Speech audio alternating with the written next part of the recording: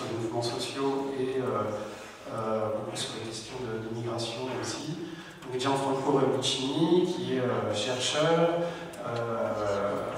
qui a fait sa thèse sur les masculinités au Maroc, et Juliette Rousseau, qui est aussi journaliste, et qui vient d'écrire un livre qui s'appelle Comment lutter, et voilà, qui terminera en fait la séance sur la manière dont on peut justement incorporer tous ces savoirs aux luttes. Donc je crois que c'est une très belle séance avec une belle unité. Et voilà, je vais tout de suite passer la parole à Sacha pour faire l'introduction générale. Donc on va enchaîner les présentations, on fera une petite pause et puis après on aura une discussion générale. Et je vous invite surtout à rester pour cette séance de cinéma vraiment exceptionnelle ce soir avec Federico Lanciamonga qui va venir présenter, donc, qui est un doctorant parisien qui a retrouvé des rushs filmés depuis l'intérieur des émeutes en 1968, des rushs complètement en grande partie inédits, et qui les a montés, et qui, donc, il n'y a pas le son, ça va être du cinéma muet, mais on aura deux des opérateurs, caméramans et preneurs de son qui seront là, qui avaient donc pris ces images et ces sons, et qui viendront commenter ça en live. Et voilà, c'était quelque chose qui avait déjà eu lieu à la Cinémathèque qui est vraiment exceptionnel, donc voilà, je vous invite vraiment à en profiter. Merci, et à toi.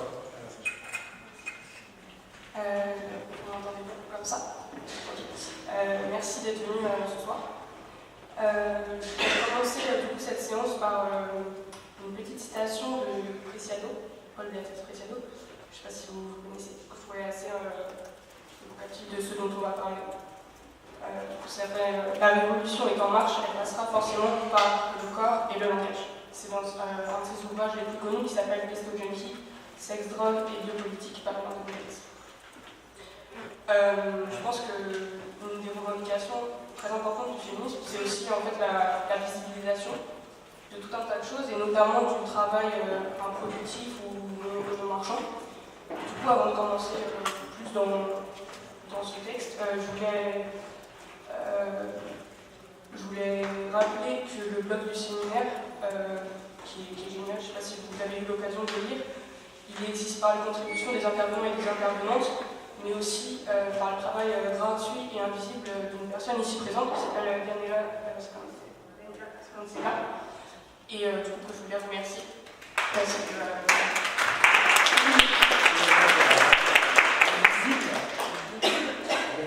Ah oui, elle est tout à fait là. Je ne vais pas la pointer du doigt parce que c'est pas très poli. Voilà. Ok. Du coup, les théories féministes, comme l'écrit Elsa Dorlin, qui est philosophe, sont un savoir indissociablement lié à un mouvement politique qui problématise, notamment d'un point de vue épistémologique inédit, le rapport que tout savoir entretient avec une position de pouvoir qu'il renforce, renverse ou modifie en retour. Que ce soit le féminisme matérialiste, le black feminism, ce qu'on appelle théorie queer, les philosophies du point de vue ou du positionnement, selon les traductions, en anglais standpoint theory, ces théories qui s'imposent progressivement comme savoir scientifique et même de lutte au sein du champ académique, mais aussi et surtout de lutte sociale et politique, ailleurs dans la société, dans les milieux politiques, institutionnels et militants, dans les sphères publiques et dites privées. Cette délimitation privée-publique, comme d'autres, est d'ailleurs remise en cause par les féministes, qui revendiquent particulièrement dans les années 1960-1970 que le personnel est politique. Le choix d'intituler Lutte féministe et queer en France appelle au moins deux questions, à savoir que sont les relations entre féministes et lutte et théorie queer. Ça peut paraître évident pour certains, certaines, mais ça n'est pas toujours. Du coup, je trouve intéressant qu'on revienne un peu là-dessus dans cette séance. Et quelle a été, aujourd'hui, la réception des théories et des actions politiques qui sont revendiquées comme queer, telles qu'elles ont été esquissées aux États-Unis dans les années 1990, dans le contexte français, mais aussi, en fait, dans quelle mesure, selon les configurations locales militantes, ce qu'on peut appeler politique queer, prend différentes formes, va composer avec différentes filiations théoriques, que que ce soit post-structuraliste, décolonial, en Europe aussi beaucoup anarchiste. Il semble important de rappeler donc, que les théories féministes, que les théories queer, même si elles ont aussi d'autres origines, s'inscrivent pleinement dans la continuité des théories féministes, tant par la perspective politique émancipatrice que par une approche constructiviste du genre et de la sexualité.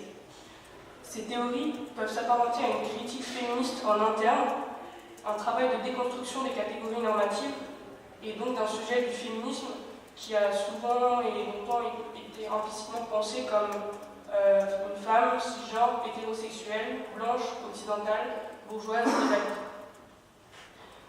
Et du coup, plusieurs courants du féminisme se sont justement attachés à déconstruire ce sujet, voire même en fait à questionner la validité de la notion d'identité de genre comme unique fondement de l'action politique.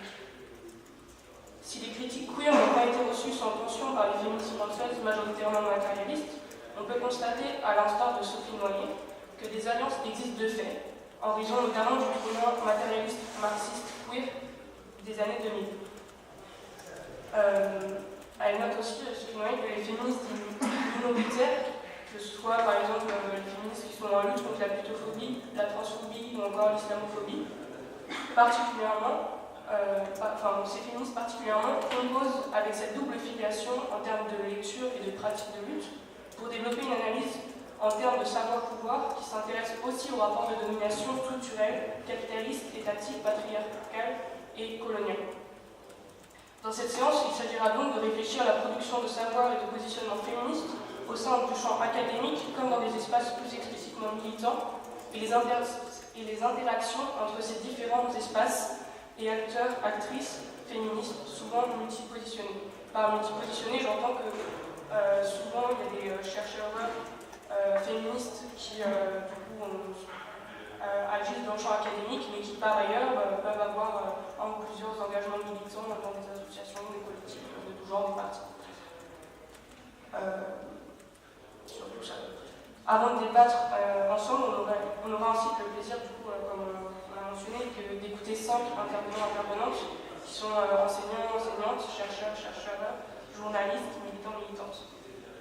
Du coup, je vais rapidement présenter l'objet des différentes interventions avant de laisser la parole. Du coup, c'est Rose-Marie Lagarde qui va commencer et qui reviendra sur les luttes cognitives et institutionnelles auxquelles elle a amplement participé et qui ont permis la création de la spécialité genre, politique et sexualité dans le cadre du master de sociologie de l'HESS en 2002. On verra en quoi les théories et luttes féministes ont amplement participé à interroger, critiquer la notion même de savoir, les conditions de la production des connaissances et leur relation avec les pouvoirs. On écoutera ensuite l'intervention d'Isabelle Claire qui permettra d'évoquer les enjeux épistémologiques et méthodologiques qu'implique l'adoption d'un positionnement féministe lorsqu'on enquête en sciences sociales, enjeux politiques qui marquent les débats féministes et queer féministes passés et actuels. Puis on écoutera l'intervention de Cyril Le Cerf et Gianfranco Popotulo qui aborderont pour leur part des formes de lutte queer féministes qui se transmettent ou se réinventent dans un contexte de récupération voire d'instrumentalisation des questions de genre et de sexualité par l'État et selon certaines logiques capitalistes et néolibérales. Enfin, on écoutera Juliette Massot qui a fait le déplacement puisqu'elle vient de Rennes.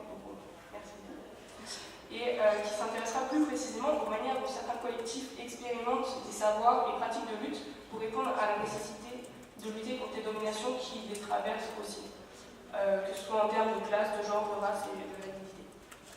Et du coup, pour rappeler le titre de son livre, c'est Lutter ensemble pour de nouvelles complicités politiques qui est paru dans la collection Sorcière des éditions Campouakis et que je vous invite vivement à lire.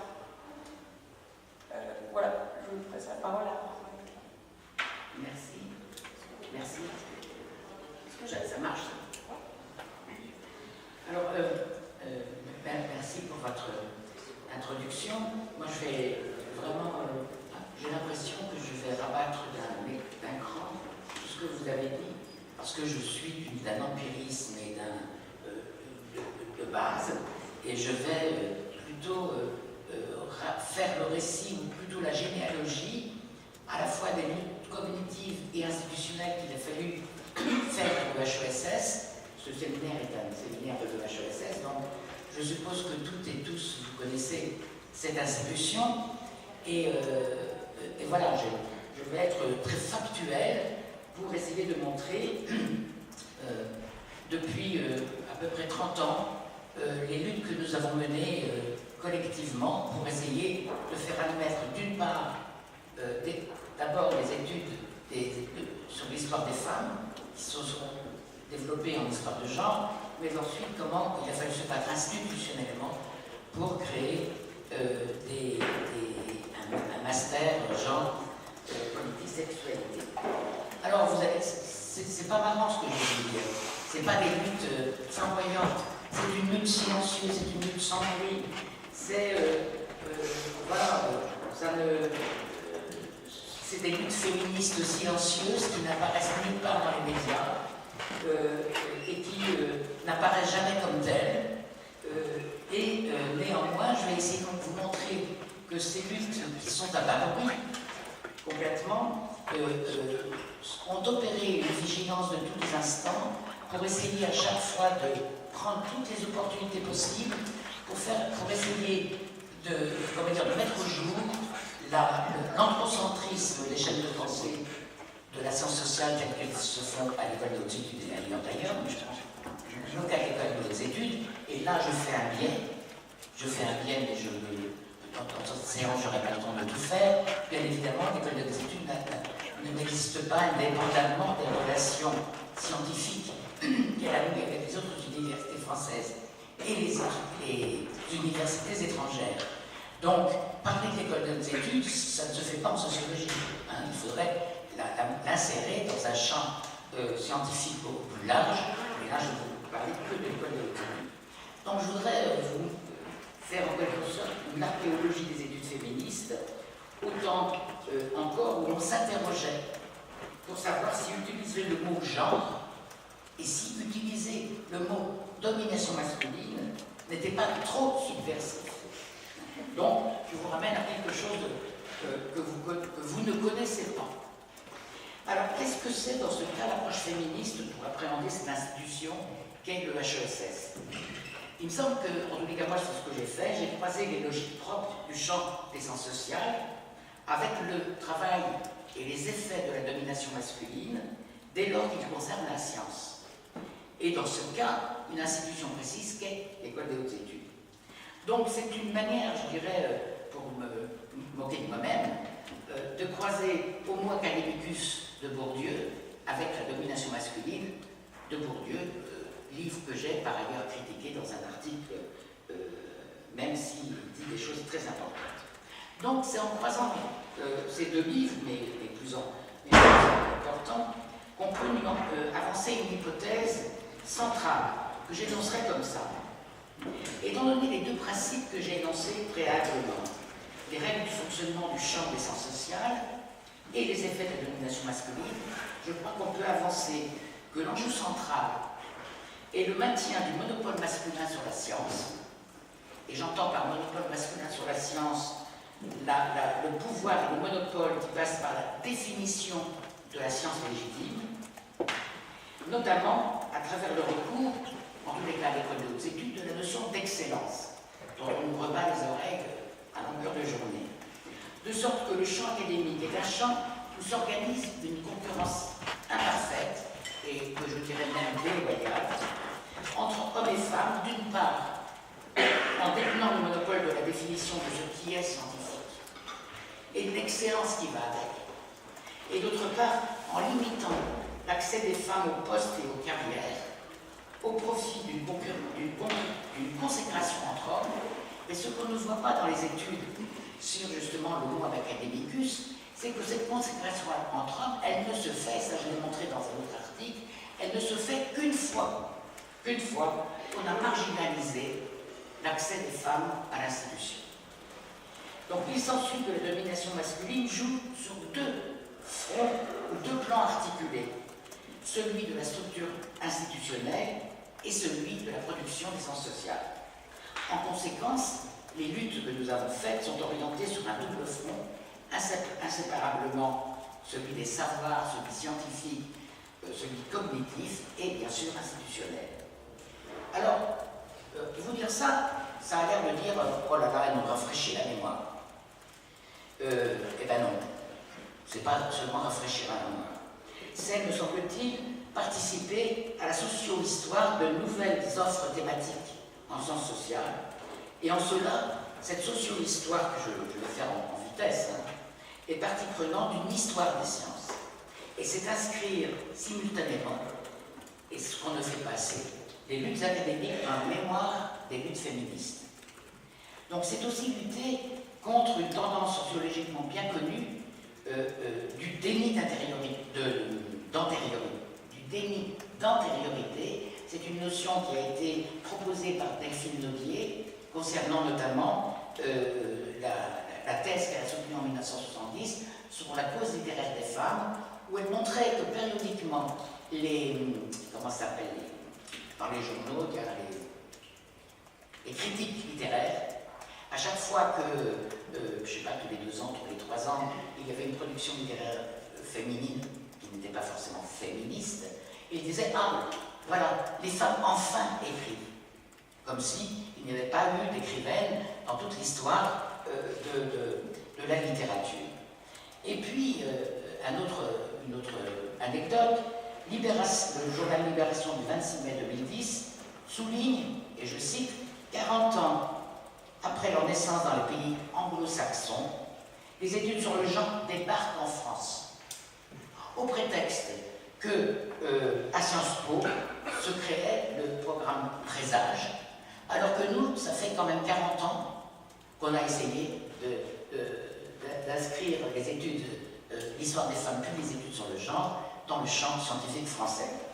C'est dire qu'en déniant le travail collectif qui a été accompli dans les institutions, on est vraiment dans un déni d'antériorité. Et ça, c'est un point que vous retrouvez constamment dès lors que vous travaillez, entre guillemets, en études de genre, parce que concernant la production, quelle qu'elle soit des femmes, elle est toujours nouvelle, entre guillemets, si on ne prend pas la peine d'en faire l'antériorité.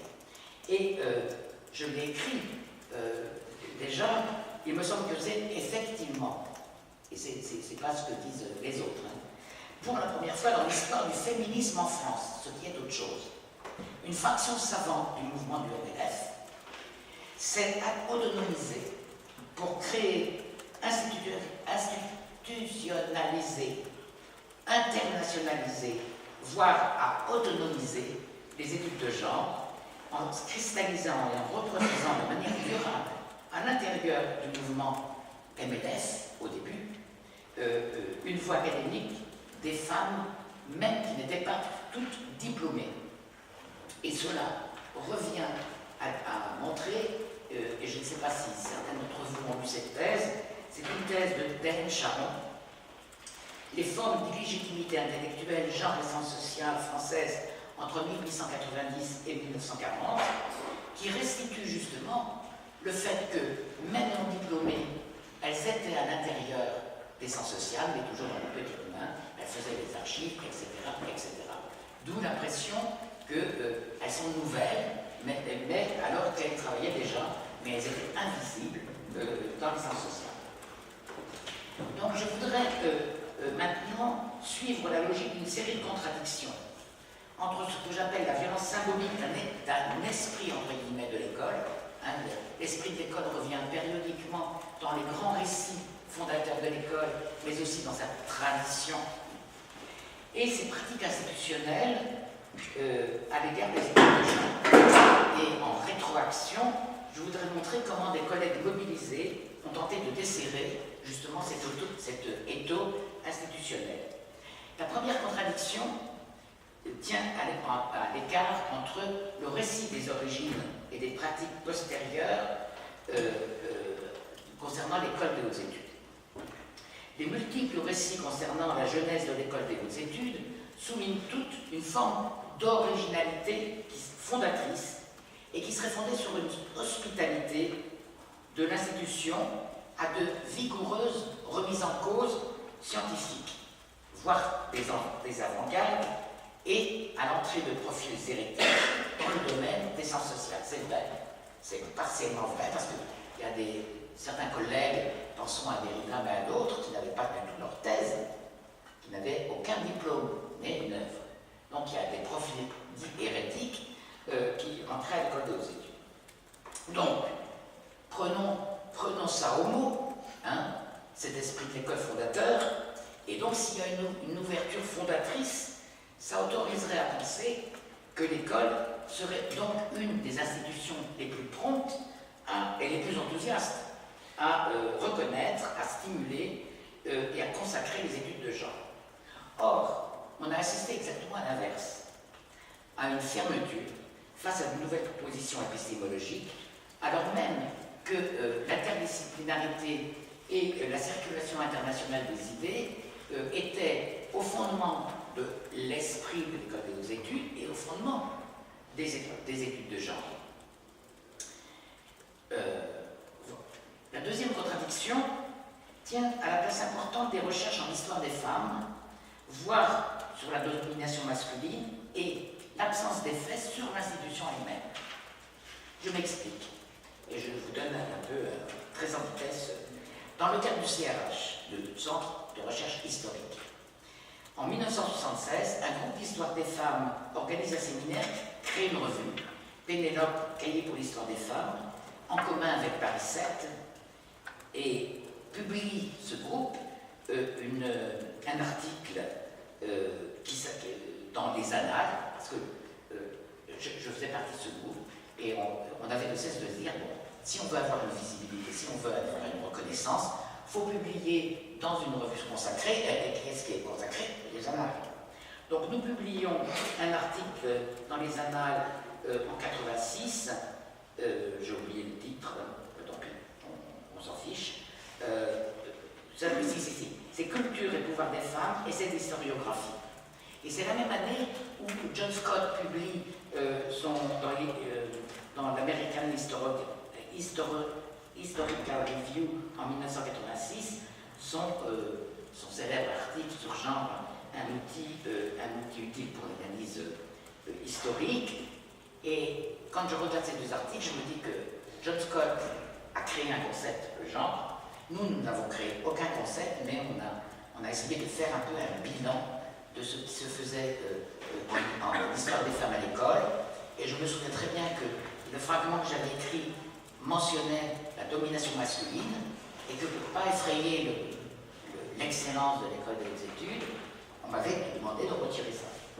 Parce que, effectivement, pour publier dans les annales à cette époque, la domination masculine, ça passait pas. Dans les mêmes années, aussi, l'école des hautes études a joué un rôle central dans toutes les disciplines.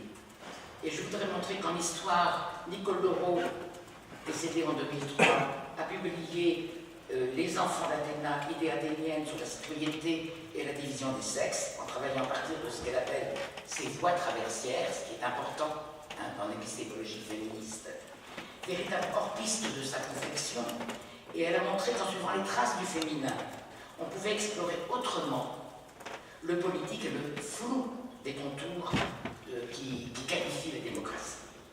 En anthropologie, il y a deux noms qui viennent à l'esprit, c'est Maurice Godelier et Françoise Héritier, et qui chacun, à leur manière, ont mis au jour des logiques sociales et symboliques qui reproduisent avec régularité, mais comme dit Françoise Héritier, avec des variations aussi, la suprématie du principe masculin.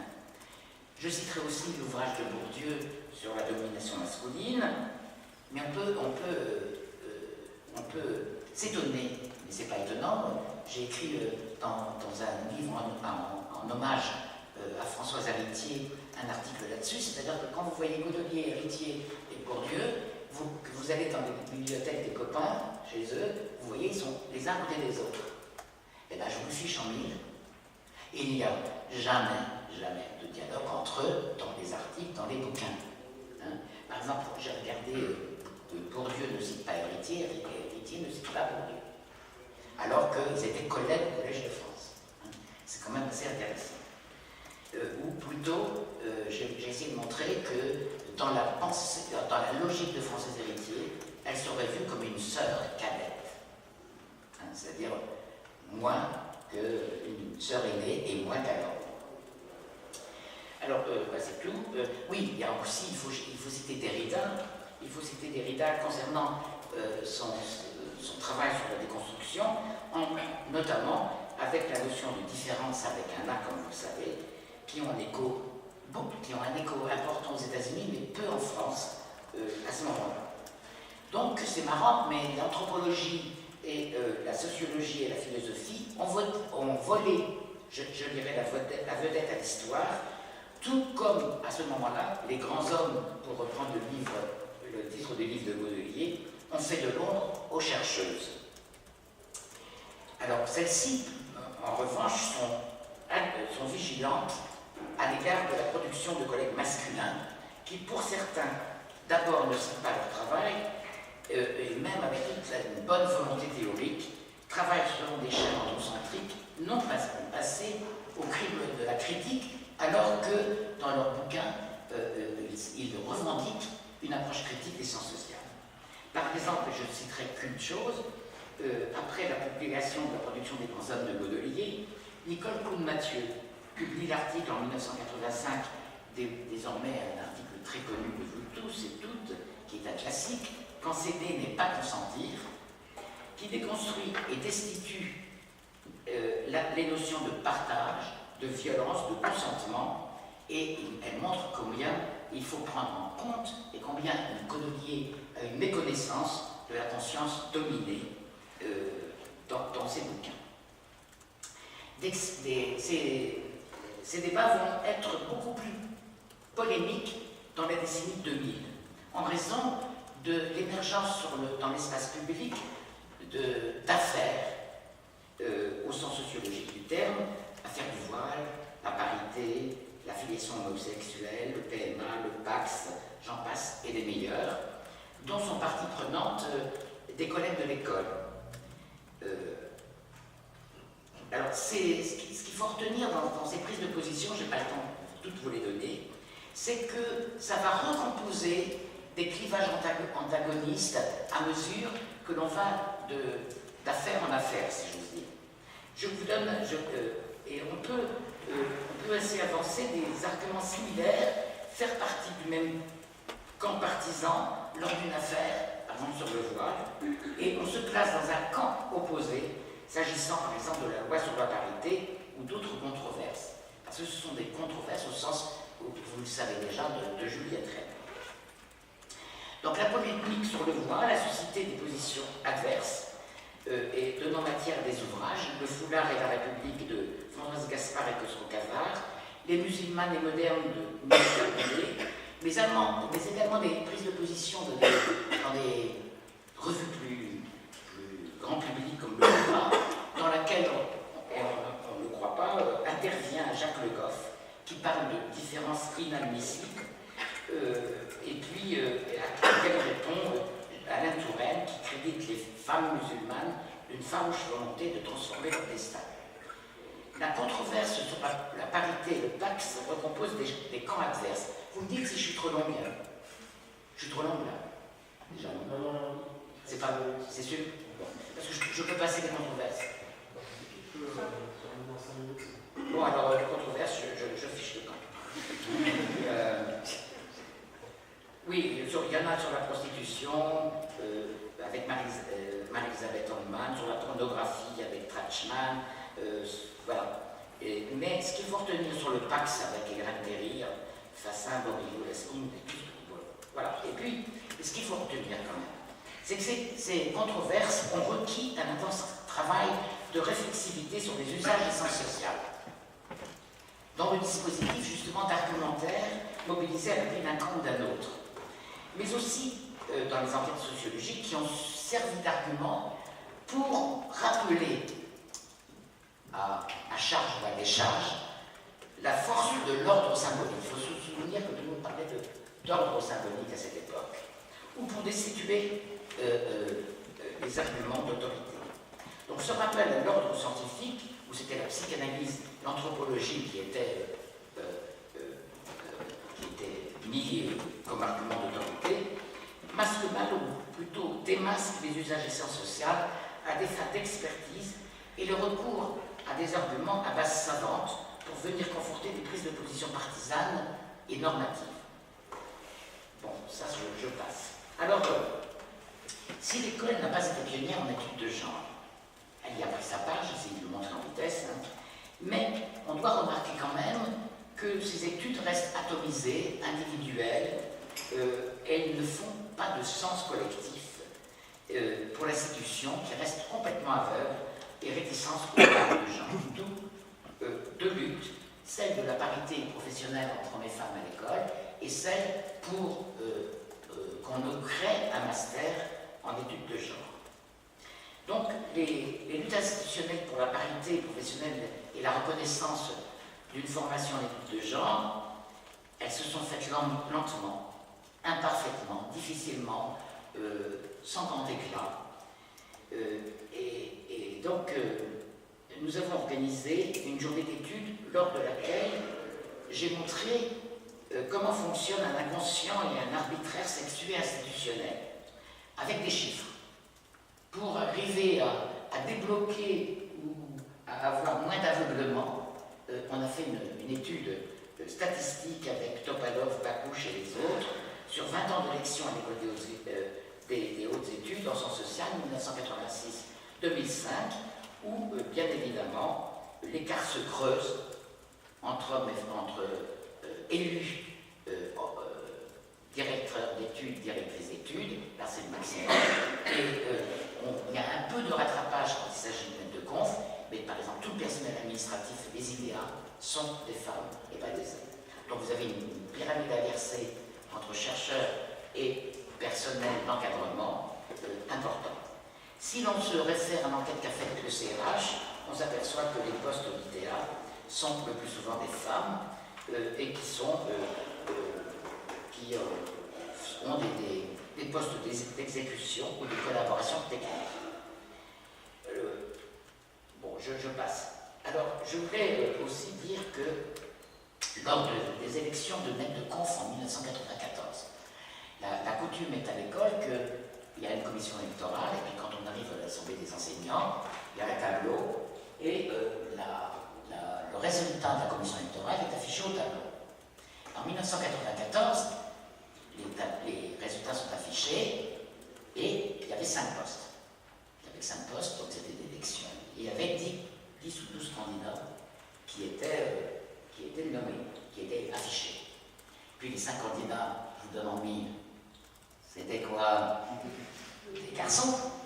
Et les autres, c'était des garçons et des filles. Mais la sixième, la première collée entre guillemets, en tous les cas la première qui n'était pas, qu'elle n'était pas éligible, parce qu'à l'Assemblée des enseignants, on peut modifier ce qu'a fait le corps électoral, pas le corps électoral, mais la commission électorale. Mais la première qui était la sixième, c'était une fille qui, de surcroît, était arrivée première au concours du CNRS. Donc, je vois ça, je me lève et je dis, mes chers collègues, est-ce que vous voyez ce que je vois? Et ils me disent, qu'est-ce qu'elle voit? Il y a toutes les disciplines, parce que ça, on fait attention à ce qu'il y ait sociologue, anthropologue, tout ce que vous voulez. Il y a toutes les disciplines. Voilà, ils ne voyaient pas. Ils ne voyaient pas. J'ai dit, mais vous ne voyez pas que c'est un tableau sexué? Quoi, un tableau sexué? Qu'est-ce que ça voulait dire? Bon. Et là, je me suis dit, bon, c'est pas possible. En plus, les 5 hommes ont été élus. C'est-à-dire que quand vous dites ça va pas, ah bon, mais c'est comme si ça renforçait cet aveuglement institutionnel. En tous les cas, là, on s'est dit c'est plus possible. Parce que nous étions régulièrement, Françoise Héritier, comment elle s'appelle, Lucette Valassi, Christiane Carriche et moi-même, on prenait la parole à chaque fois dans les élections en disant mais il n'y a pas de femmes, quoi. Et il y avait des ironies, ce sont des féministes, il y avait de la condescendance, mais attendez, ça viendra. Enfin, voilà. Et donc là, on a décidé effectivement de dire que, voilà, il fallait absolument changer les choses, et on a créé une commission uniquement de femmes, alors je ne vous dis pas, la révolution c'était pourtant, pour essayer d'apprécier les candidatures de femmes et de les aider à d'abord à les présenter, à les faire, et de supporter, on les regardait et d'essayer de les faire passer lors des élections. Et puis, face donc il y avait, si vous voulez, il fallait donner de fond une lutte institutionnelle, mais aussi en études de genre. Alors pourquoi il a fallu à un moment donné qu'on se dise on ne peut pas continuer comme ça. D'abord, il y avait de plus en plus des études de genre qui étaient devenues visibles à l'école.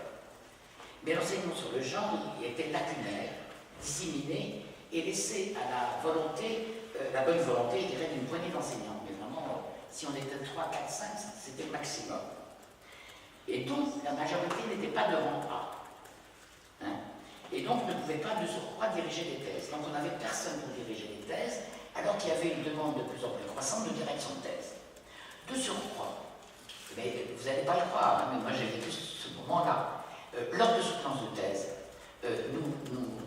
bien évidemment, quand on dirigeait des thèses, ce qu'on voulait, on se disait, si ce sont des études en histoire des femmes, en études de genre, on était très exigeants.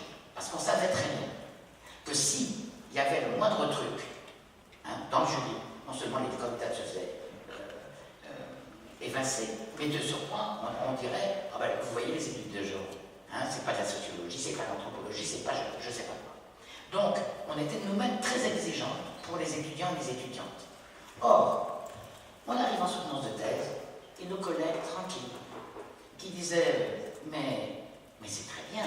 Et nous, on disait, mais madame, monsieur, non, là, ça ne va pas. Et quand on sortait en délibération, c'était nous, dans les jurys, les femmes dans les jurys, qui prenons les trucs en disant, mais vous êtes une sévérité, c'est parce que vous n'aimez pas la jeune génération.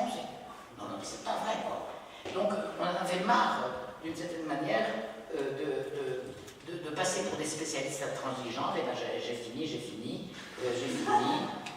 c'est tout. Et puis, bon, il a fallu, non, c'est pas c'est tout. Et il a fallu que je passe 2 fois au conseil scientifique pour arriver à argument par argument dire que c'était pas un ghetto féministe que de vouloir un master genre. Il a fallu, là j'aurais voulu développer, faire des concessions qui ne sont pas des compromissions, mais je me souviens que, vous voyez, en sociologie, on voit bien que les arguments sont toujours dans un cadrage presque obligé.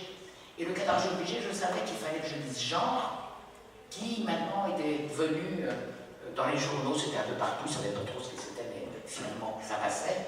Si j'avais dit genre, sexualité politique, là, on l'a eu finalement. Mais dans les arguments que je me vois en train de discuter au conseil scientifique, j'ai pas appuyé là-dessus. Parce que ce cadrage que je comprenais me faisait comprendre que si je voulais emporter le morceau, eh ben, il fallait que je reste dans voilà. Et puis, on trouve rien, et bien rien parce que, si vous voulez, on est parti de loin. Mais ce qu'il y a de génial, c'est que dans ce master, où finalement, qu'on a beaucoup externalisé, et merci à tous nos collègues du CNRS de nous avoir donné un coup de main là-dessus, parce qu'on n'y serait jamais arrivé.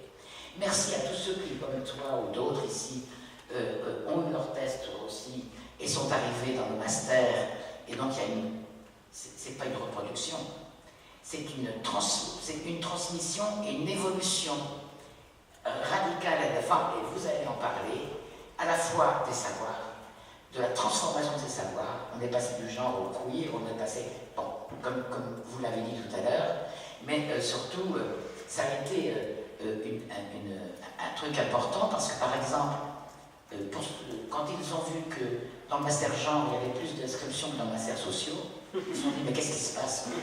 Qu'est-ce qui se passe? Et quand on a vu que dans les mobilisations de l'école, les étudiants du master genre étaient au premier rang, qu'est-ce qui se passe? C'est-à-dire qu'effectivement, dans ce master, non seulement on exige méthodologiquement, théoriquement, un savoir scientifique de tous les instants, mais les savoirs militants viennent, conforter, stimuler et donner des points de vue situés, dont vous avez parlé les uns et les autres, je suppose, viennent donner une force incroyable, non seulement dans la transmission des savoirs, mais dans les luttes institutionnelles. Et quand on voit comment ils sont maintenant, moi je dis chapeau, chapeau.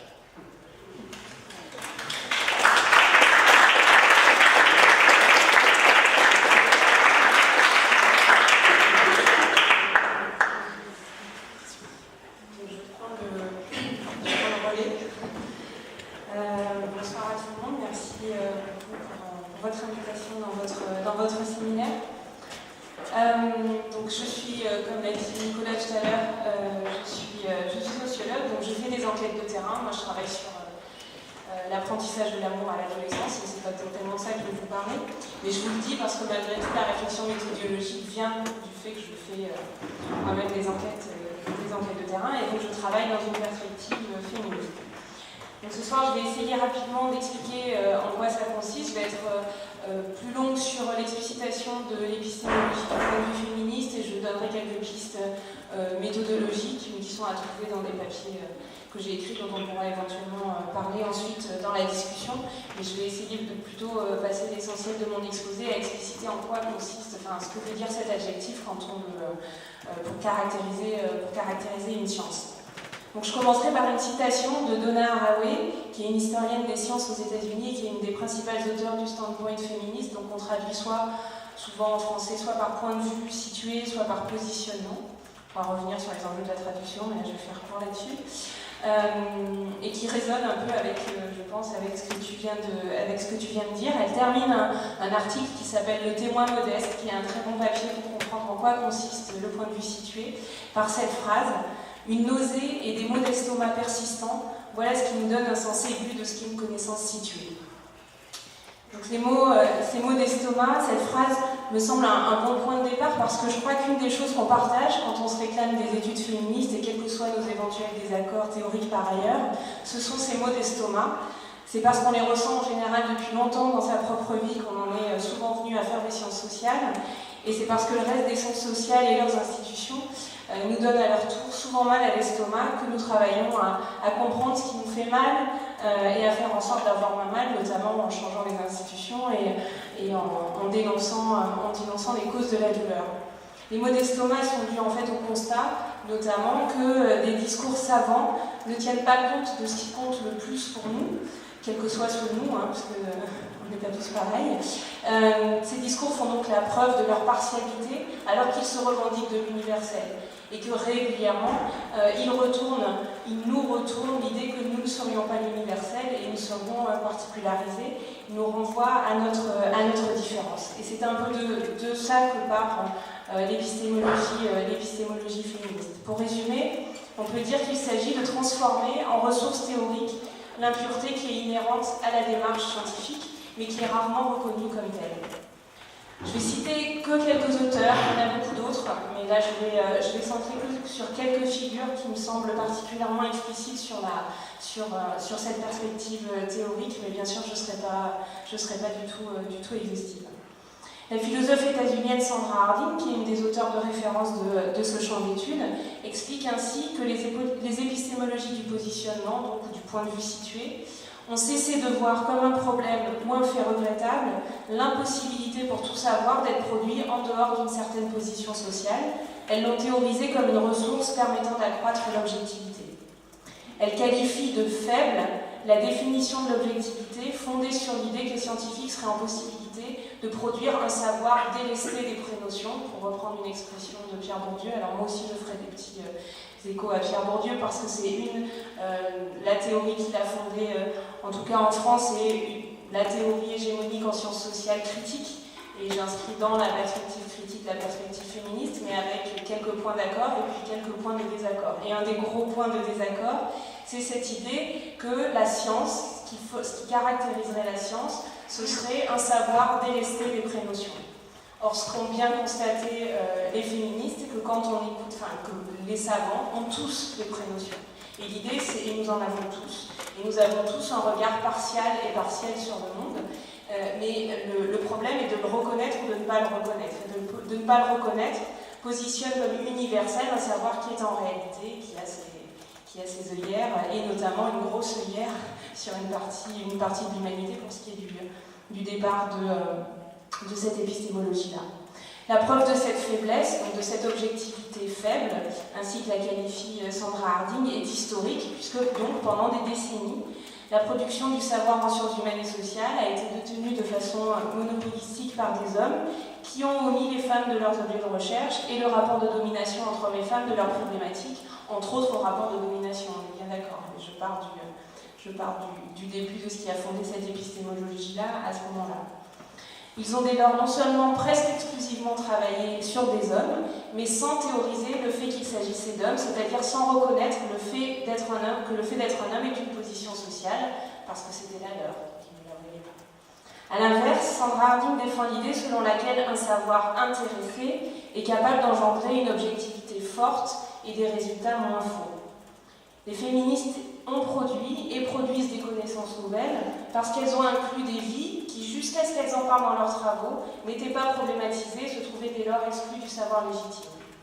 Pourquoi ? Parce que ces chercheuses, c'était des femmes au départ, sont intéressées par les finalités de la recherche et les contraintes dans lesquelles celle-ci s'élabore, et parce que leur regard s'est formé dans des expériences inconnues de la plupart des savants hommes. Ouvrant la démarche féministe au-delà des femmes, Sandra Harding pose comme une exigence des épistémologies du positionnement d'être à l'écoute des savoirs produits en dehors des savoirs consacrés. Elle écrit qu'il faut réfléchir à partir de vies marginalisées, c'est-à-dire exiger des sciences une ouverture constante aux positions et aux visions minoritaires. Dans une filiation marxiste et suite aux premières propositions sur le positionnement qui ont été formulées notamment par la philosophe Nancy Hartsock dans les années 70, il s'agit de décrire les rapports de domination depuis la position dominée, en se disant que cette position-là donne un éclairage différent sur le monde et un éclairage qui permet de construire une science moins fausse. Alors ça implique plusieurs points de tension avec d'autres traditions critiques que je vais essayer de décliner rapidement.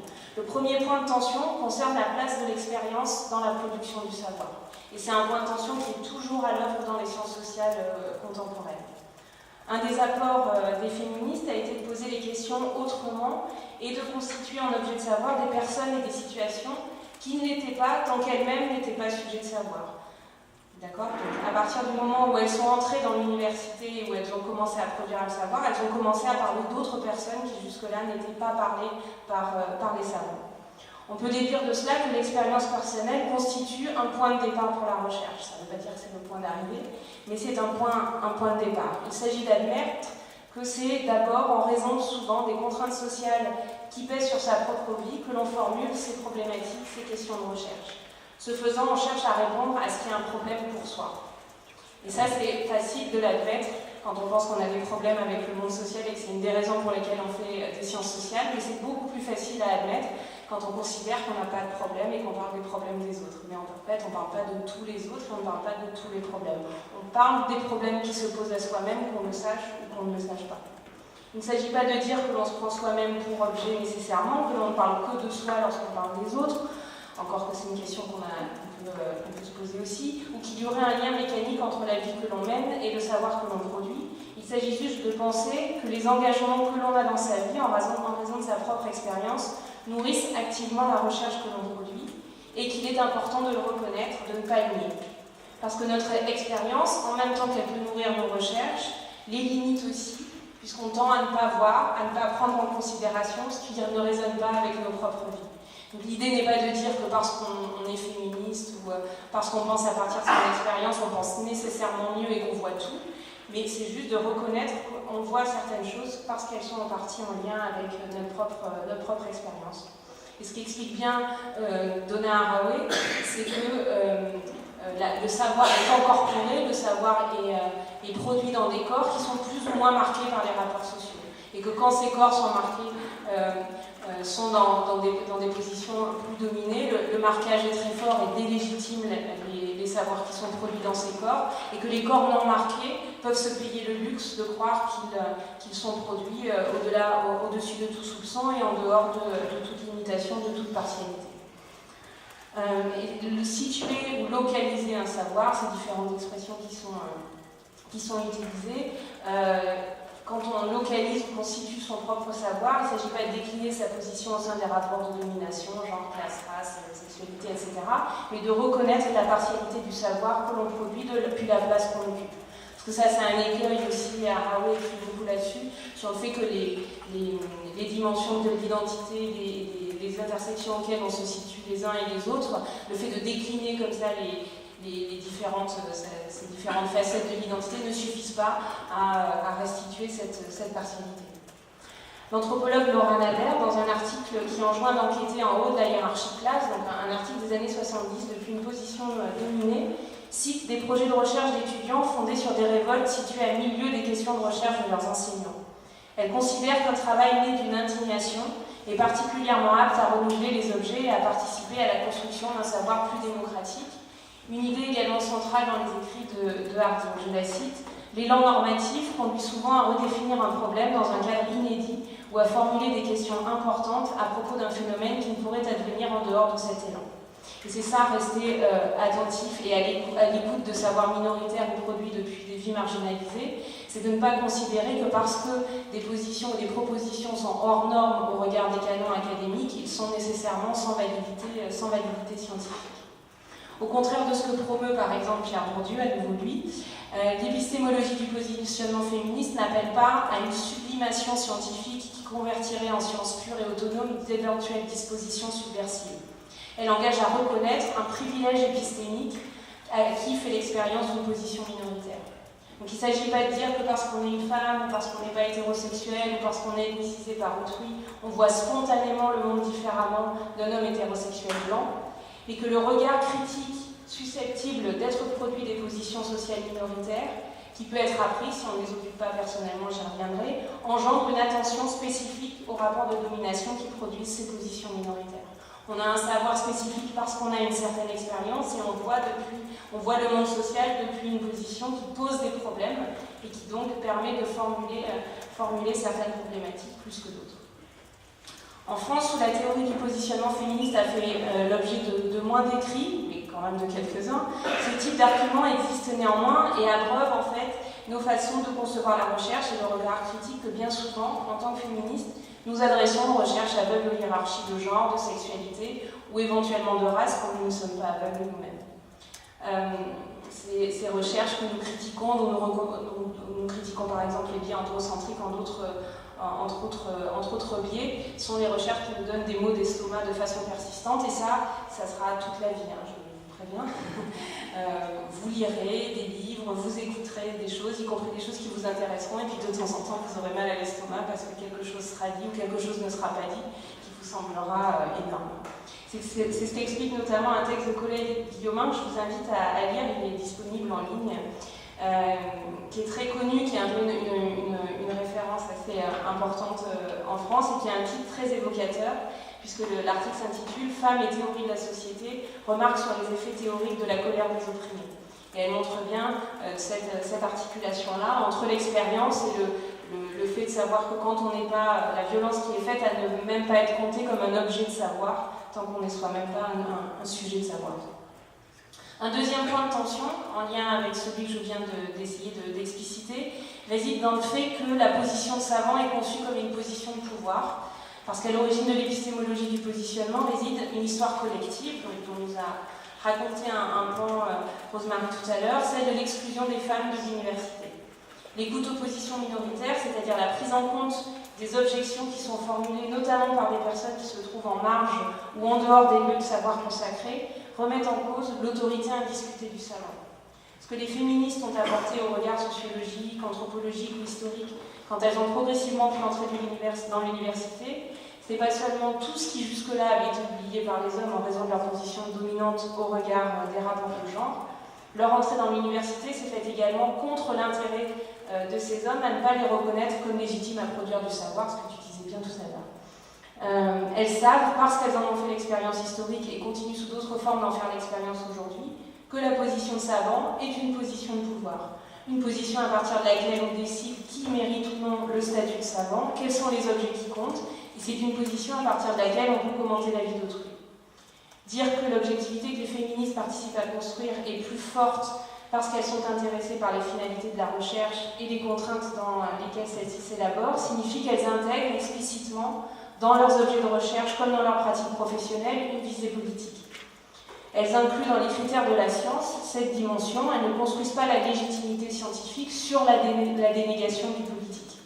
Elles travaillent sur la domination pour lutter contre la domination. Elles se demandent et doivent se demander quels intérêts elles servent quand elles élaborent tel ou tel objet, quelle population elles exposent en parlant de telle ou telle façon, ou encore quelle vie elles excluent de leur questionnement. Parce que toute théorie scientifique est politique, quand bien même elle prétend ne pas l'être. Une théorie n'est pas plus ou moins politisée, ça c'est l'adjectif qui est utilisé quand on cherche à discréditer une théorie qui se revendique comme politique. Toute théorie est toujours déjà politique, qu'elle admette ou non, et se positionner explicitement est politique, mais refuser de le faire est politique aussi. Mais c'est pas exactement maintenant dans la politique. Ces deux aspects, le fait de penser à partir d'expériences en lutte et le fait de le reconnaître explicitement, ne signifie pas que la formulation de savoir depuis des positions minoritaires garantisse la fiabilité de l'analyse, parce que ça serait un petit peu trop facile quand même. Et ça, c'est un malentendu fréquent qui se manifeste aussi bien du côté des personnes qui promeuvent une science féministe que du côté de leurs détracteurs. Soit quand on cherche à légitimer tel ou tel objet au nom de sa propre position sociale, par exemple, seules les femmes peuvent étudier les femmes, ou alors quand on cherche à délégitimer tel ou tel objet ou telle méthodologie au motif que la personne qui la formule serait trop engagée dans son objet ou trop proche, votre recherche n'est pas scientifique, elle est militante par exemple. Alors je vais m'appesantir s'il me reste encore 5 minutes, parce que évidemment j'ai mis le chrono, c'est une pause, ouais, moi je vais revenir sur ces deux objections parce que il me semble qu'elles sont importantes. Dans le premier cas, donc, qui consiste à penser qu'on ne pourrait produire de savoir qu'en se fondant sur sa propre expérience, le risque est d'essentialiser les sujets de savoir. Harding a beaucoup écrit là-dessus, et paraphrasant Beauvoir, alors ça c'est facile, ça c'est aussi un gimmick dans la recherche féministe, mais bon, ça marche à tous les coups, elle précise qu'on ne n'est pas féministe, on le devient. C'est bien que être une femme, par exemple, ou s'identifier comme femme, ne suffit pas à être féministe, même beaucoup de gens qui peuvent adopter une perspective féministe sans s'identifier comme femme ou être identifiée comme telle. Elle critique la tendance de ce qu'elle appelle l'empirisme féministe spontané à essentialiser l'expérience des femmes comme si une telle expérience était susceptible de corriger le sexisme et l'androcentrisme des travaux produits en dehors d'une perspective féministe de façon mécanique et assez conservatrice, c'est-à-dire a posteriori, et sans qu'il soit obligé de toucher au cadre dans lesquels sont pensées les méthodologies canoniques.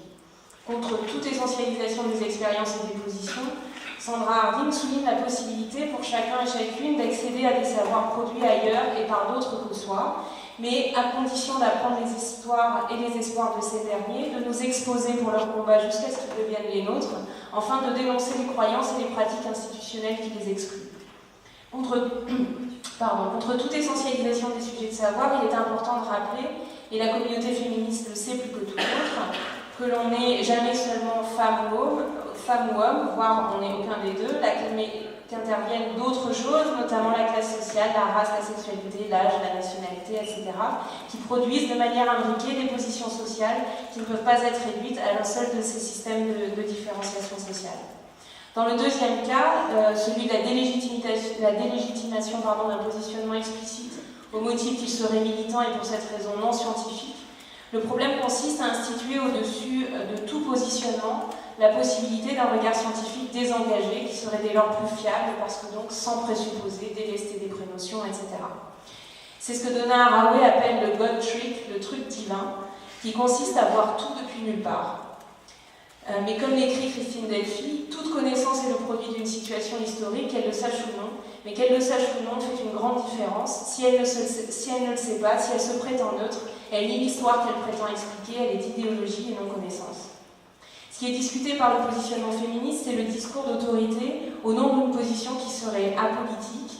C'est la délégation du processus historique et politique à l'origine de tout savoir et de sa légitimation. Donna Haraway explicite de façon très claire à la fois un écueil d'une appropriation simpliste de la théorie du positionnement, qui conduit à une essentialisation et à la garantie, à la fiabilité d'un savoir qui serait produit depuis les marges, et les raisons pour lesquelles le procès en militantisme peut être lui aussi une simplification quand il se fonde sur une position de principe. Je la cite, ce sera ma dernière citation, mais je pense que c'est une phrase importante. Fonder la capacité de voir à partir des marges et des profondeurs a une grande importance. Mais cela comporte le sérieux danger d'idéaliser et ou de s'approprier la vision des moins puissants alors qu'on revendique de voir à partir de leur position. Voir d'en bas ne s'apprend pas facilement et n'est pas sans problème, même si nous habitons naturellement le grand terrain souterrain des savoirs assujettis. Les positionnements des assujettis ne sont pas dispensés de réexamen critique, de décodage, de déconstruction et d'interprétation. Les points de vue des assujettis ne sont pas des positions innocentes. Au contraire, ils sont privilégiés parce qu'en principe, moins susceptibles d'autoriser le déni du noyau critique et interprétatif de tout savoir. Et c'est quelque chose qui est important dans cette perspective théorique, c'est qu'aucun savoir n'est innocent, aucune position n'est totale, les savoirs sont partiels et on doit rendre des comptes sur la façon dont on produit la science pour analyser cette partialité du regard. Donc, je n'aurai pas le temps du tout de développer les aspects méthodologiques, juste pour nommer les enjeux, je pense, qui sont les plus importants dans le fait d'essayer de réfléchir à une translation de ces propositions théoriques dans le savoir méthodologique. Ça permet plusieurs choses. D'abord, ça permet de réfléchir à la part que l'expérience prend dans la façon dont nous construisons nos questions de recherche, nos objets, ce qu'on décide d'aller voir ou de ne pas aller voir. Ensuite, les savoirs féministes ont ceci de particulier que ce sont des savoirs qui sont ancrés dans des pratiques et que pour la réalisation des enquêtes de terrain, par exemple, ça peut servir comme des manuels de pratique face à certaines situations, et notamment des situations de violence de genre par rapport auxquelles on a des savoirs pratiques pour faire face en fait, à certaines crises sur le terrain qui peuvent être liées à des violences de genre, notamment entre autres violences possibles. Un des enjeux aussi de la prise en compte de ces réflexions-là pour la réflexion méthodologique, c'est d'étendre les critères de la réflexivité et d'inclure dans la réflexivité méthodologique des choses qui en sont habituellement exclues, alors au titre du narcissisme ou d'autres façons d'exclure en fait de l'objectivation de certaines de nos positions en dehors de l'exercice réflexif. Et réfléchir dans une perspective féministe oblige à reconsidérer les critères de l'exercice réflexif. On pourra en discuter dans la discussion parce que je resterai visible. Et une dernière chose qui me semble importante, c'est ça permet de lier ensemble les aspects théoriques, méthodologiques et déontologiques du métier. Puisqu'à partir du moment où on s'interroge sur les conditions matérielles de la production du savoir, sur ce que ça fait aux gens, sur le fait qu'on travaille de manière engagée, etc., on est obligé de ne pas seulement appréhender la méthodologie comme une question de façon de faire sur le terrain, etc., d'envisager seulement des questions théoriques, mais de voir en quoi consiste le métier, ce qu'on fait aux gens, ce qu'on se fait à soi-même, etc. Mais c'est encore une autre chose dont on pourra éventuellement discuter tout à l'heure. Je lâche le micro. Merci.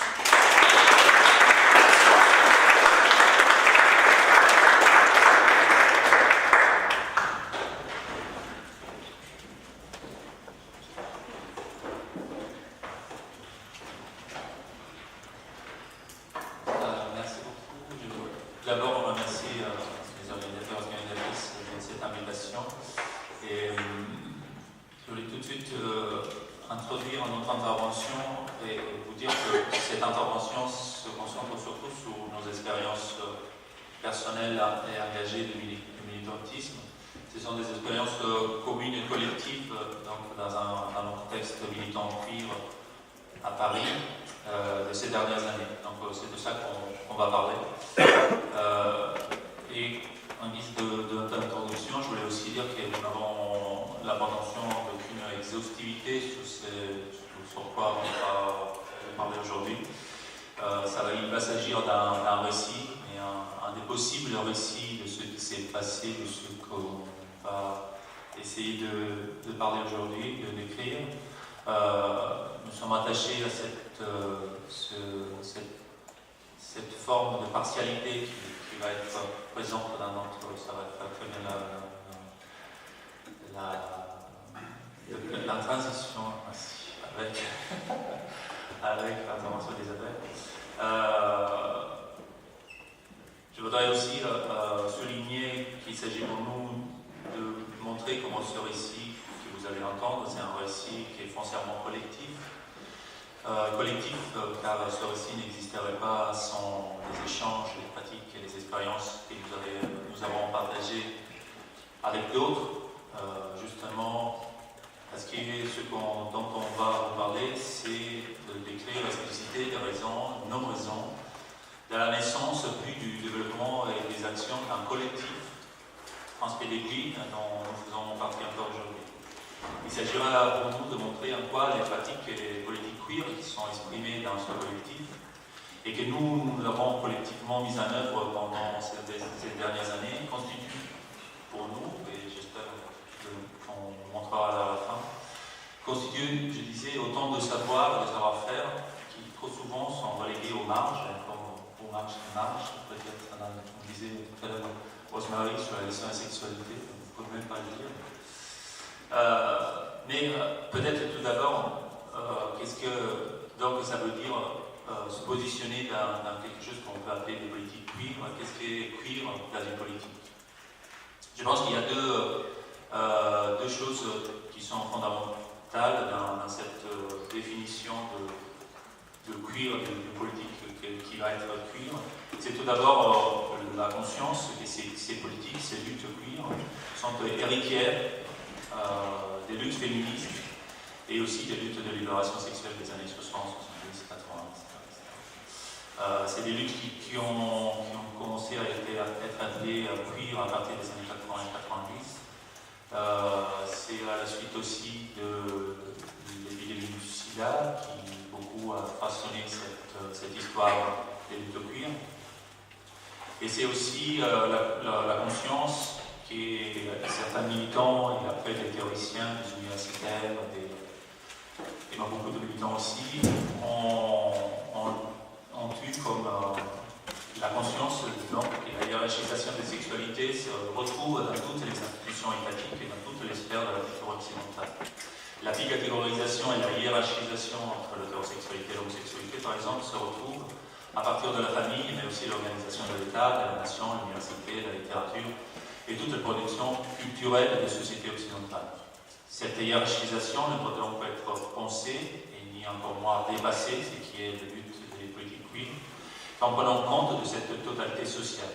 C'est l'ensemble des rapports sociaux pour les politiques queer, rapports sociaux de genre, de sexe, de classe, de race, et aussi de sexualité qui doivent être pris en compte en même temps. Comment faire tout ça? Comment les politiques queer espèrent de faire tout ça? Avec deux stratégies particulières. Avec une critique très forte des catégories, des frontières identitaires et des identités en tant que telles. Et en même temps, et à partir de là, de la construction d'alliances. Alliance, c'est que dans la période de l'épidémie du sida, c'est faite surtout entre WIN et PD. Mais qui, WIN et PD, mais aussi avec les usagers de drogue, les non-blancs, aux États-Unis notamment, mais en France aussi. Il suffit de réfléchir à l'histoire d'Alta, à New York comme à Paris, pour voir quelle place les alliances entre différentes subjectivités ont pris dans cette politique et aussi dans ces luttes LGBT et queer par la suite. Je dirais autre chose, que ces politiques queer sont aussi non assimilationnistes, politiques minoritaires qui partent d'une position minoritaire pour comprendre le système plus global, le système du capital, du patriarcat, du racisme et de la hiérarchisation des sexualités. Non assimilationnistes parce que, comme je le disais tout à l'heure, ils ne font pas confiance à l'État, sont très différentes des politiques LGBT, d'assimilation, d'intégration à l'État. L'État est vu par les politiques queer non pas comme une source de reconnaissance, mais plutôt comme faisant partie du problème. Donc on va dans cet exposé parler donc de l'émergence de ce groupe de militants, de ce collectif dont on fait partie et essayer peut-être expliquer aujourd'hui maintenant le contexte de l'émergence de ce collectif. Du coup je voulais repartir sur le point de vue situé, mais c'est bon, je pense que je ne vais pas en rajouter une couche. Bon, moi je vais quand même repartir de mon point de vue situé pour parler des 2 ou 3 années qui ont précédé la constitution du collectif, ce qui constitue aussi à peu près le moment où j'ai commencé à souhaiter m'engager dans le milieu militant. Et donc ça reste encore une fois voilà, très personnel et indexé à mon expérience quand j'étais justement en recherche de groupe. Post-mariage pour tous, donc plutôt 2014-2015, dans un contexte militant que beaucoup de militants ont présenté comme une sorte d'assouplissement après l'obtention du mariage. tandis que s'opérait une forme de minorisation ou d'invisibilisation des luttes trans et des questions de PMA, GPA, principalement portées notamment par les lesbiennes, et des questions aussi de filiation. Et du coup, je me suis aussi posé la question, c'est-à-dire à partir de quand j'ai l'impression d'avoir commencé à réfléchir à construire voilà, l'équivalent de ce que Jean Franco a défini par de politique queer, qui serait travaillé aussi par la question politique du minoritaire. Et finalement, j'ai l'impression qu'il faut commencer à regarder du côté des prides alternatives pour en trouver des amorces déjà dès 2015, notamment à Toulouse, un cortège radical au sein de la Pride qui avait été initié par un collectif TPG et qui, au sein duquel on pouvait déjà voir pas mal de pancartes qu'on a vues ensuite qui se sont essaimées les années suivantes sur Stonewall was a riot, fier vénère contre les frontières, avec justement un discours qui était déjà en train d'opérer une forme de scission avec le discours majoritaire qui pouvait être porté par un militantisme plus institutionnel LGBT. Et qui pour moi culmine dans la naissance de la Pride de nuit en 2015, et au sein de laquelle, donc c'était une Pride de nuit qui s'est, a priori, on verra cette année, qui s'est arrêtée l'année dernière, faisait coexister et résonner une pluralité de luttes, donc la lutte pour le droit des luttes pour le droit des trans, des travailleuses du sexe, des luttes antiracistes, et qui contrastait, comme je le disais, avec des revendications plus mainstream.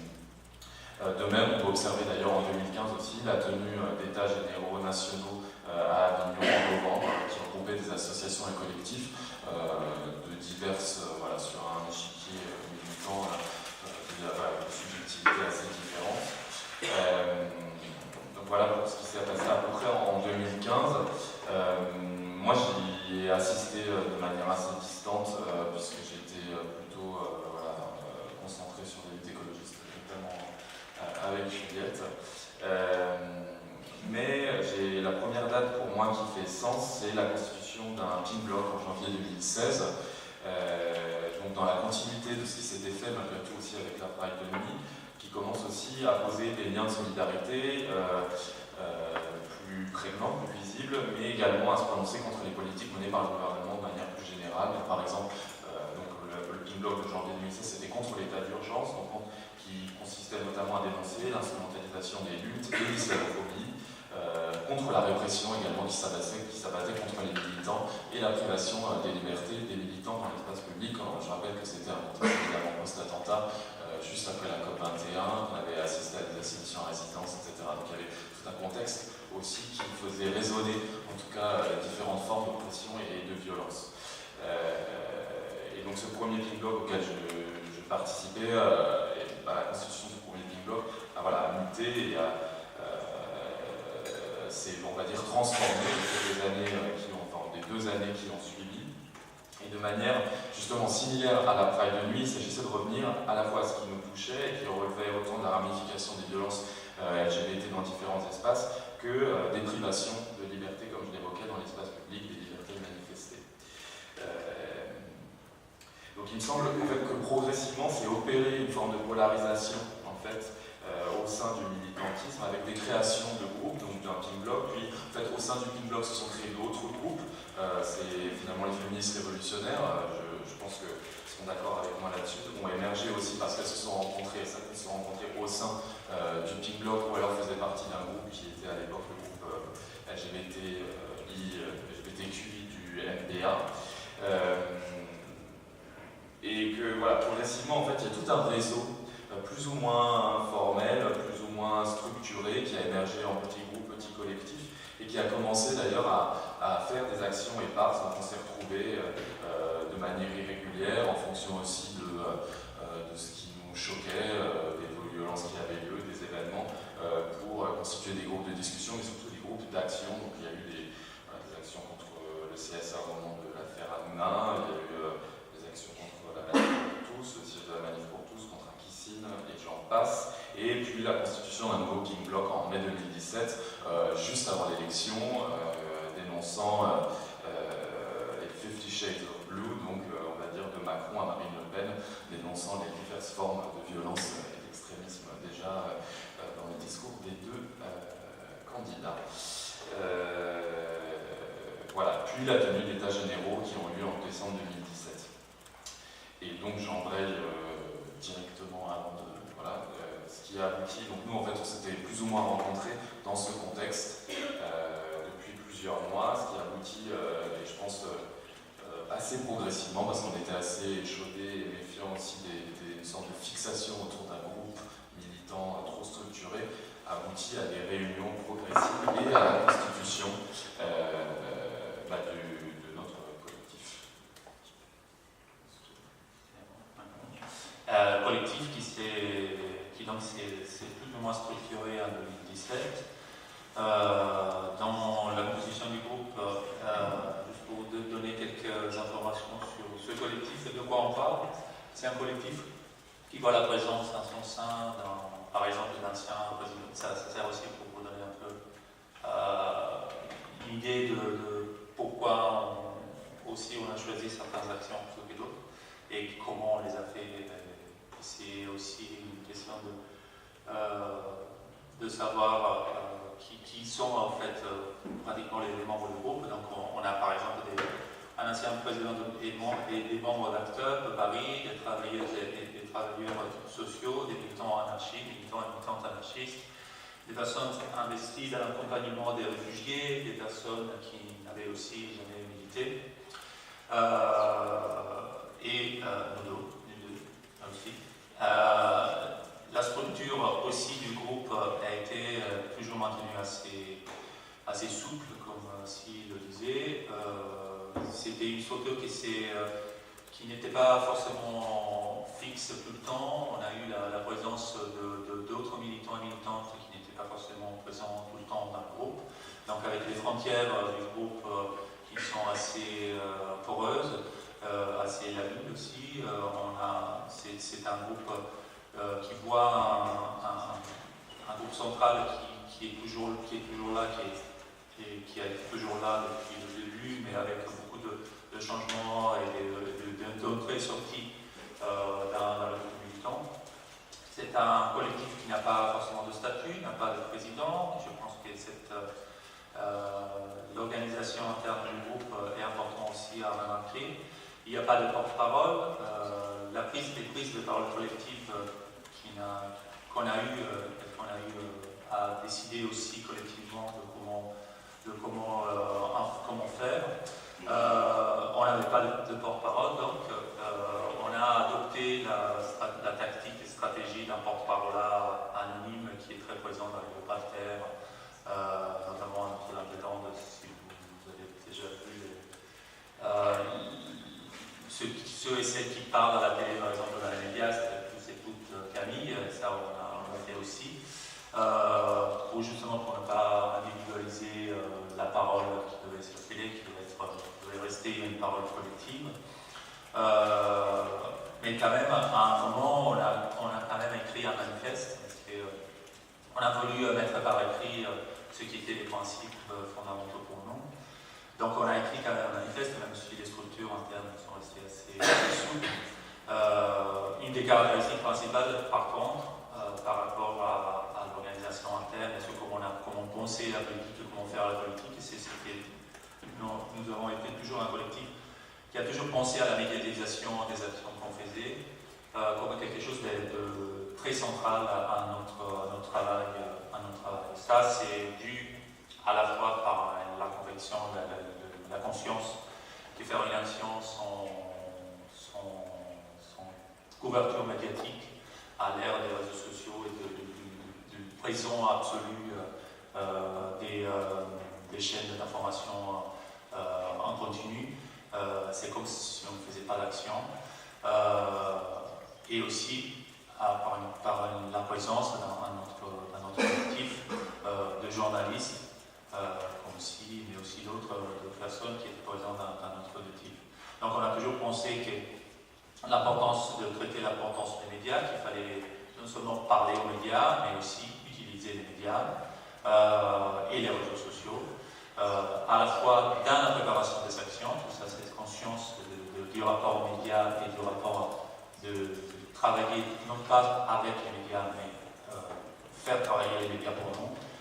C'était quelque chose qui était très présent depuis le début. Et depuis le début des actions, on a réfléchi toujours aux actions à partir de cette conscience. Autre chose qui peut-être c'est intéressant à remarquer, c'est les héritages qu'on pense des héritages théoriques intellectuels qu'on a remarqué dans notre forme d'élaboration de notre collectif. Un des héritages, c'est évidemment ACT-UP, la désobéissance civile, les actions directes anarchistes, des savoirs militants qui sont très formalisés et qu'on a repris dans l'organisation et aussi dans notre organisation interne d'un savoir militant écologiste dont aussi a été formé auparavant. Et je ne sais pas si j'ai ajouté des choses. Je ne vais pas rentrer dans les détails parce que moi, en tout cas, ce que je voulais évoquer, c'était ma frustration avant de commencer même à m'engager dans n'importe quelle forme de militantisme vis-à-vis du militantisme LGBT, c'est de trouver des espaces et des espaces de savoir où il aurait été possible d'apprendre des choses à la fois dans des tactiques liées à la désobéissance civile, à l'action. À l'époque, on parlait très peu, les personnes qui avaient été dans l'acteur peuvent échanger quand même très peu, la parole n'était pas aussi visible qu'elle l'est là depuis un an et demi. C'était assez difficile en fait d'avoir des retours sur cette expérience. Et puis le groupe d'ACT-UP, jusqu'à encore il y a assez peu de temps, enfin jusqu'à avant le film, en fait, était quand même réduit à peu de chagrin, concrètement. Et donc du coup, c'est d'abord en passant par un autre espace qui est celui de la lutte pour la justice climatique, et un espace de lutte écologiste, que j'ai appris énormément en fait, et que d'ailleurs je continue à avoir des liens. Et donc pour moi, ce savoir militant, ça a été vraiment un truc de circulation qui s'est opéré quand même à partir d'un autre espace de militance, et en termes, mais qui a été peut-être bien plus inspirant, en tout cas pour moi, que des lectures. Par exemple, j'avais une formation universitaire qui n'avait rien à voir avec un master d'études de genre, voilà, j'avais pas suivi de séminaire particulièrement. Et c'est aussi effectivement le journalisme, j'ai regardé tout à l'heure. Du coup, est-ce que j'en aurais peut-être vite fait sur les actions, je vais aller très rapidement, pas trop de temps, mais en gros, très vite, on s'est rendu compte qu'on s'était constitué autour de la nécessité, de la volonté, du désir surtout, de faire des actions ensemble. Donc ça aboutit à quelques actions, notamment le blocage d'un cortège en marche au moment de la Pride de 2017, où l'idée ici c'était d'interpeller à la fois la présence du parti au sein du Pride, d'une marche officielle organisée par l'inter-LGBT, de l'interpeller donc sur sa présence, et évidemment sur le fait qu'en fait on refusait cette présence, notamment au long de la loi Asile-Immigration, qu'on considérait comme profondément raciste et contre laquelle on s'est battu jusqu'à son passage, à la fois au sein de notre collectif, mais nous-mêmes étant membres d'autres collectifs qui travaillaient sur les questions de migration et sur la loi, à travers d'autres actions et des articles. Et donc, je pense qu'il y a aussi une circulation, on n'est jamais été que dans un groupe. Je pense que c'est aussi quelque chose qui est à dire, et c'est qu'on a travaillé toujours un peu en synergie ou avec d'autres groupes parallèlement, et j'ai l'impression que si même ça s'est focalisé sur des actions de blocage, etc., même à côté, on trouvait d'autres manières de s'engager vis-à-vis de ça. Donc ça aboutit aussi à une action sur le pont des Arts avec un déroulé de banderole.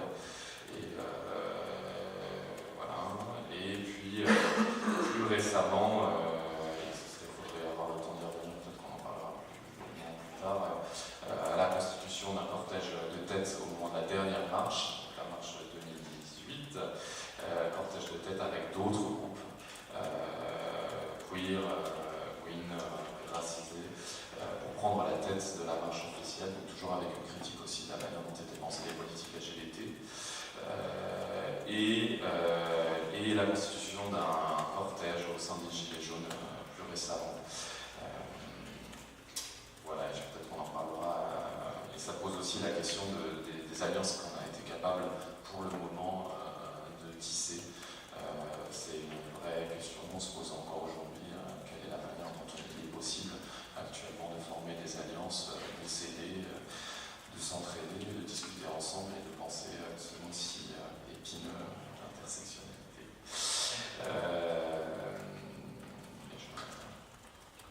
Et tout ça pour revenir en fait à la question qui nous semblait intéressant aujourd'hui de poser aussi, c'était à la fois de qu'est-ce que ça fait ce collectif, qu'est-ce que ça fait un collectif, mais aussi et surtout de notre position en tant que journaliste d'une part et universitaire de l'autre, à l'intérieur de ce collectif, et aussi de poser la question de la place à la fois des médias, de la place des médias dans la diffusion du savoir militant qu'on a produit dans ce groupe, et aussi la position d'un chercheur universitaire dans un groupe comme celui-ci. Et se poser la question du savoir minoritaire. Donc le savoir minoritaire a plus d'une signification. Le savoir minoritaire parce qu'il est produit par des minoritaires, mais aussi le savoir minoritaire à l'intérieur d'un champ du savoir plus largement universitaire ou journalistique. Qu'est-ce que ça veut dire? Donc on s'est posé donc la question de notre place à nous dans ce collectif. Moi par exemple, je vous parlerai un peu de ma place et de mon rapport à ce collectif. Je suis arrivé dans ce collectif après différentes expériences militantes dans la gauche radicale. Je suis donc chercheur précaire investi dans des recherches diverses, notamment sur les masculinités, mais aussi sur un travail sur le marxisme et les sciences sociales. La dimension politique a pris de plus en plus de place dans ma préoccupation de recherche, et dans le même temps, j'ai toujours continué à travailler dans le sud des études de queer. On m'a longtemps sollicité dans le cadre d'intervention plus militante à l'extérieur de l'université, et notamment pour un ou deux des écrits sur l'homonationalisme, qui m'a valu le fait d'avoir été invité par des groupes externes, dans des cadres militants à l'extérieur de l'université. Donc sur cette question de l'homonationalisme, du racisme et de l'instrumentalisation des droits LGBT à des fins racistes. Donc la période avant mon engagement dans ce collectif, c'est une période qui me voyait aussi engagé dans une revue marxiste qui s'appelle Période, dans des rencontres marxistes internationales, où mes interventions de recherche tournent aussi autour du rapport entre le marxisme et les théories queer, sur lesquelles j'ai aussi écrit quelques papiers. La question qui me turlupinait beaucoup, c'était surtout de comment faire, de me poser la question de l'engagement et du rapport entre les pratiques et les théorisations militantes universitaires. Isabelle tout à l'heure en a parlé, aussi Rosemary aussi en a parlé. Qu'est-ce que ça veut dire faire passer l'engagement militant à l'université? Est-ce que c'est possible de le faire? Quelle est la différence entre production du savoir à l'université et production de savoir militant? Est-ce qu'il y en a une différence? Est-ce qu'il n'y en a pas? Aussi, pour parler encore de moi et pour dire un peu les raisons pour lesquelles je suis arrivé sur ce collectif, en 2016, c'est marqué pour moi, la participation à la manifestation contre la loi travail, dans ce qu'on a appelé par la suite le cortège de tête, mais sans cadre militant structuré. C'est-à-dire que j'ai participé à ce cortège de tête en tant qu'individu, à l'extérieur complet du cadre militant dans lequel j'ai évolué à cette époque-là, qui était le cadre militant de la gauche radicale, dans le front de gauche, pour être plus clair. Donc, je participe donc au cortège de tête en 2016, et je m'aperçois, je prends une espèce de claque de passer le cortège de tête, parce que je m'aperçois que dans le cortège de tête, il y a dans l'action directe que le cortège de tête amène, la possibilité, ou moi j'envisage la possibilité de faire la politique d'une façon beaucoup plus productive qu'elle est toute la gauche traditionnelle et institutionnalisée que je connaissais jusqu'à ce moment-là. Pour moi, c'est mon expérience, dans ma subjectivité, je vois que dans le cortège, que dans le cortège de tête et dans les manifestations, on lit, on produit de la subjectivité qui n'existait pas avant, on se transforme en participant donc aux manifestations dans ce cadre du cortège de tête. Il est important pour moi de le dire parce que c'est à la recherche justement de ce changement de subjectivité et de cette convention et de cette conscience que c'est à l'action directe qu'on peut trouver quelque chose de plus fondamental dans l'affaire de la politique différemment, que je trouve que ça m'a apporté à me positionner donc à la recherche de ce collectif qu'ensuite on va créer avec Si et avec d'autres. À la même période, je sais pas combien de temps, très simple. Ouais. À la même période, je fais aussi la connaissance de collectifs queer et transféministes en Italie qui me donnent une très grande envie de faire la même chose en France. C'est des collectifs qui sont constitués, organisés, un réseau en Italie, et où la question du travail, la question du militantisme et de la production des savoirs universitaires et militants est une question très travaillée depuis longtemps. Je lis des travaux d'Alessia Leo-Cristapage qui fait une thèse justement sur la production du savoir militant et de la production du savoir universitaire, de l'autonomisation du savoir militant, de comment on fait pour produire, transmettre, archiver